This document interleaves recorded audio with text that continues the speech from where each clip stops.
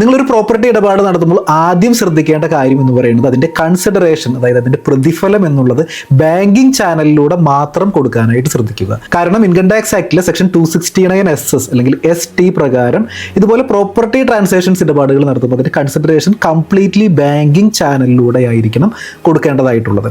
അത് അല്ല എന്നുണ്ടെങ്കിൽ അതിൽ ഈക്വൽ എമൗണ്ട് ആണ് പെനാൽറ്റി വരുന്നത്. അതായത് നിങ്ങൾ 20 ലക്ഷമാണ് നിങ്ങളുടെ കൺസിഡറേഷൻ എമൗണ്ട്, നിങ്ങളത് ക്യാഷ് ആയിട്ടാണ് കൊടുത്തിരിക്കുന്നതെങ്കിൽ അതിൻ്റെ 20 ലക്ഷം രൂപ തന്നെ നിങ്ങൾക്ക് പെനാൽറ്റി വരാനായിട്ട് സാധ്യതയുണ്ട്. അപ്പോൾ ഈ ഒരു കാര്യം പ്രത്യേകം ശ്രദ്ധിക്കുക. പ്രോപ്പർട്ടി ഇടപാടുമായി ബന്ധപ്പെട്ട് അടുത്ത ഒരു കാര്യം ശ്രദ്ധിക്കാനുള്ളത്, എത്രയാണോ കൺസിഡറേഷൻ എമൗണ്ട് ആ ഒരു എമൗണ്ട് തന്നെ നിങ്ങളുടെ സ്റ്റാമ്പ് വാല്യൂ ആയിട്ട് കാണിക്കാനായിട്ട് ശ്രദ്ധിക്കുക. ഒരു പക്ഷേ നിങ്ങൾ ചെറിയൊരു എമൗണ്ട് നിങ്ങൾ മാറ്റം വരുത്തുകയാണെന്നുണ്ടെങ്കിൽ, ഉദാഹരണത്തിന് 70 ലക്ഷം രൂപയാണ് നിങ്ങളുടെ കൺസിഡറേഷൻ, നിങ്ങൾ 50 ലക്ഷം രൂപ ആണ് സ്റ്റാമ്പ് ഡ്യൂട്ടി വാല്യൂ എന്നുണ്ടെന്നുണ്ടെങ്കിൽ 20 ലക്ഷം രൂപയ്ക്കാണ് നിങ്ങൾ സേവ് ചെയ്യുന്നത്. പല ആളുകളും അങ്ങനെ ചെയ്യുന്നുണ്ട്.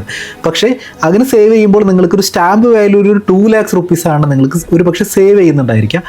എന്നിരുന്നാൽ പോലും നിങ്ങളുടെ ഒരു ഇൻകം ടാക്സിൻ്റെ ആംഗിളിൽ നിങ്ങൾ ആ പ്രോപ്പർട്ടി വിൽക്കുന്ന സമയത്ത് നിങ്ങൾക്ക് ഒരുപാട് നഷ്ടം വരാനായിട്ട് സാധ്യതയുണ്ട്. കാരണം ഇവിടെ നിങ്ങൾ 2 ലക്ഷം നിങ്ങൾ സേവ് ചെയ്യുകയാണെന്നുണ്ടെങ്കിൽ നേരെ തിരിച്ച് അത് സെയിൽ ചെയ്യുന്ന സമയത്ത് ചിലപ്പോൾ നിങ്ങൾക്ക് 10-20 ലക്ഷം രൂപ ചിലപ്പോൾ നിങ്ങൾക്ക് നഷ്ടപ്പെടാനായിട്ട് സാധ്യതയുണ്ട്.